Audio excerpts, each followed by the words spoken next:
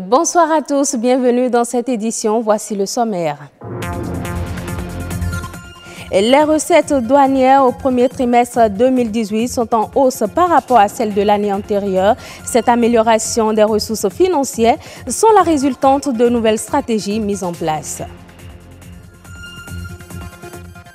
Peu importe d'où l'on vient et malgré l'adversité, tout est possible à celui qui y croit. C'est le résumé de l'ouvrage littéraire de 114 pages rédigé par Wilfried Justin Adelacon. On en saura davantage dans un instant. Faire acquérir aux jeunes des outils professionnels en entrepreneuriat agricole, leur permettant de bâtir leur projet, c'est la raison d'être du centre de formation initié par une équipe de jeunes agronomes. Nous irons à leur rencontre.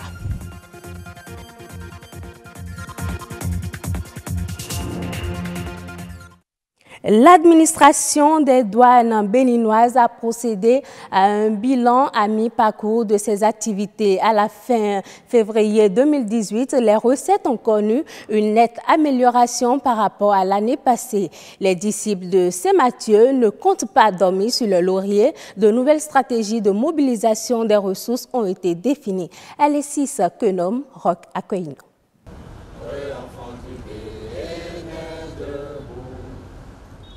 Un cérémonial des couleurs sous le cachet du point des réalisations douanières à fin février 2018. Les disciples de Saint-Mathieu, venus des différentes recettes départementales, se soumettent à l'exercice. Pour un objectif de 400 milliards 500 millions de francs CFA à atteindre au titre de l'année 2018, les résultats des 2 premiers mois de l'année comparés à ceux de la même période en 2017 sont assez élogieux. En 2017, nous avons eu 46 milliards 019. Et pour le compte de 2018, nous sommes à 48 milliards 935, soit un taux d'accroissement de 6,34%. Nous avons plus de 3 milliards de surplus. Ces 2 mois ont consacré à une... Le directeur général s'en félicite ses collaborateurs et les encourage à rester dans la même dynamique, celle de booster les recettes pour un dépassement des prévisions. Mais des contre-performances, il y en a eu aussi au niveau de certains postes. À tour de rôle, les responsables des unités concernées en ont exposé les raisons. Les unes liées à la conjoncture économique, les autres à l'incivisme des contribuables. Des recommandations, ils en ont eu à cet effet. Des réflexions sur l'amélioration de la base taxale des douanes ont été faites, ainsi que le point des saisies opéré au niveau de toutes les unités douanières au titre de l'année 2018. Célébrer la femme, c'est bien le sujet au cœur des débats depuis le 8 mars. Les femmes professionnelles des médias n'ont pas manqué de sacrifier à la tradition. Elles se sont réunies ce samedi dans la salle de conférence de la Cour d'appel pour partager des moments de joie, mais surtout de réflexion. Au-delà des atouts professionnels d'une femme, quel devrait être son rôle dans la société? Élément de réponse avec Daniel Ada, Marcel Betoro et Marcela Rossi. De la joie, il y en a eu. De la gaieté, on pouvait lire sur les visages. Visiblement, ces femmes sont conquises. Réunies autour de la coordonnatrice de la CFU, l'agente féminine des professionnels des médias a célébré le 8 mars la Journée internationale de la femme. Je suis très contente d'être à cette soirée. Je félicite toutes ces dames dans le comité d'organisation qui ont pu tenir le pari et organiser cette soirée. Elles ne sont pas à la première soirée. Mes impressions sont bonnes. Vous voyez, c'est la joie, c'est la fête.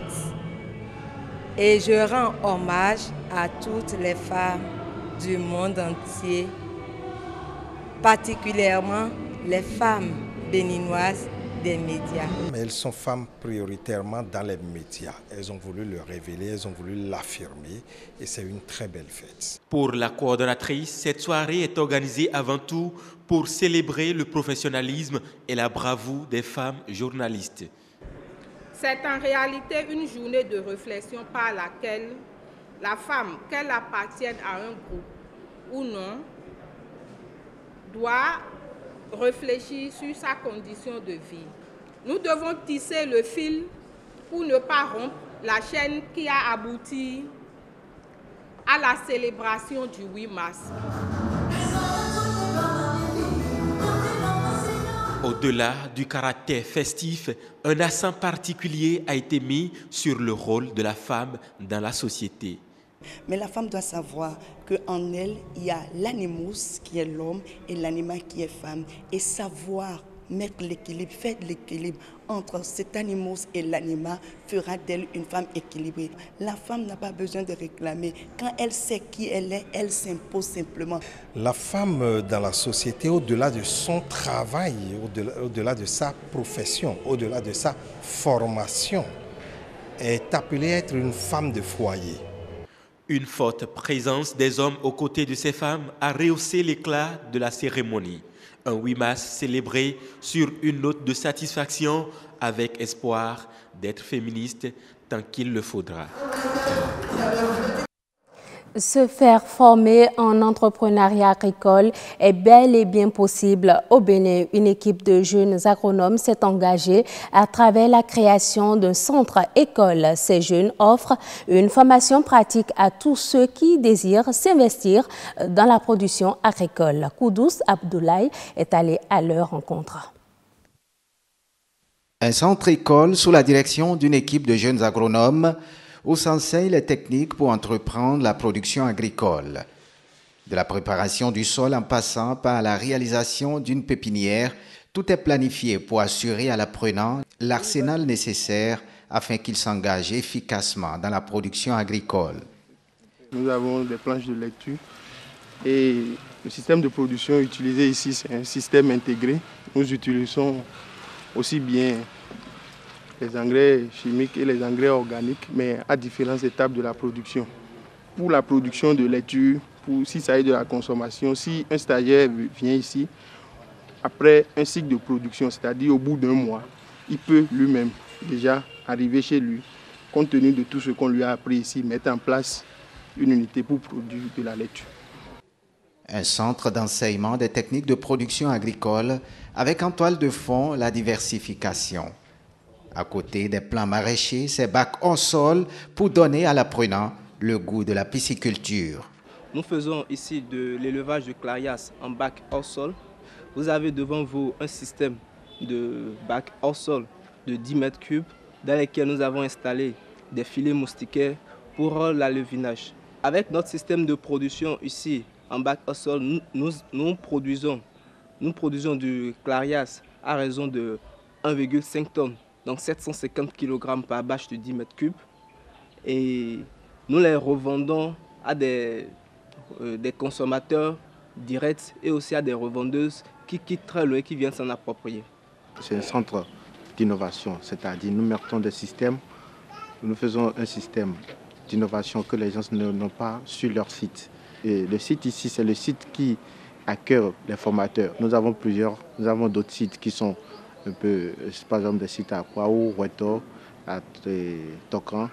Ce qui nous a poussé à mettre en place cette ferme est l'entrepreneuriat agricole dans lequel nous nous sommes lancés pour accompagner le développement de l'agriculture.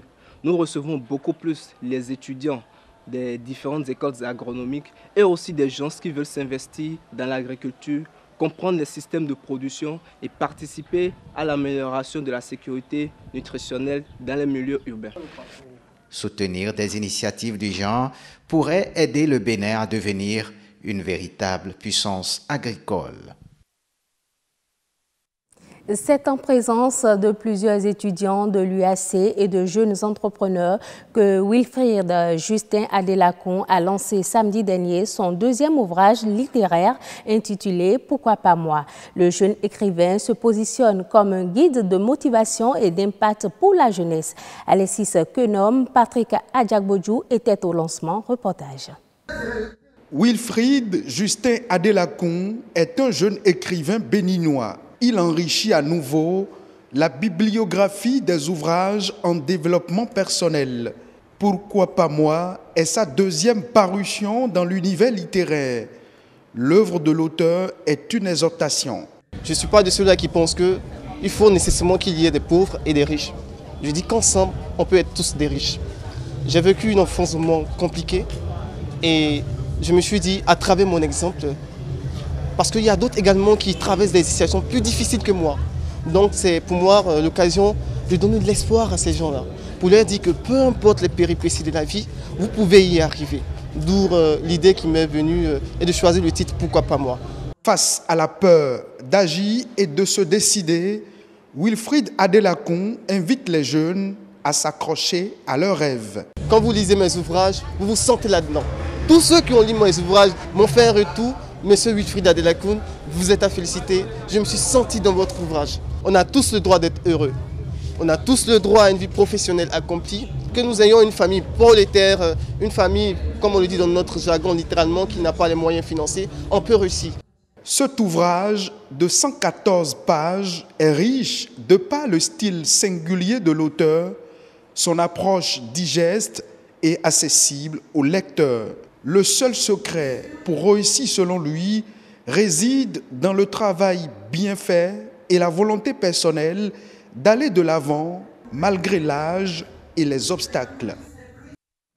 Le volume moyen hebdomadaire des opérations sur le marché interbancaire de l'Union économique et monétaire ouest-africaine a enregistré une baisse en rythme mensuel. Ceci à une hauteur de 44 milliards de francs CFA au cours du mois de janvier 2018. L'Institut d'émission signale que ces opérations interbancaires, toutes maturités confondues, s'est établi à 318 milliards de francs CFA en janvier 2018 contre 361 milliards de francs CFA en décembre 2017, soit une baisse de 12,1%.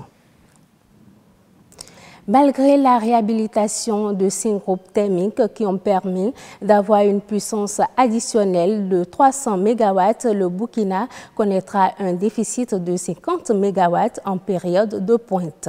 Selon le directeur général de la Société nationale d'électricité du Burkina, cette période va s'étendre de mars à mai 2018.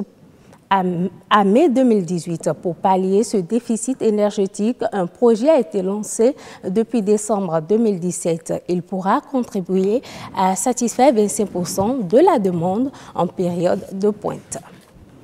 Ce sera tout pour cette édition. Merci de nous avoir suivis. À bientôt.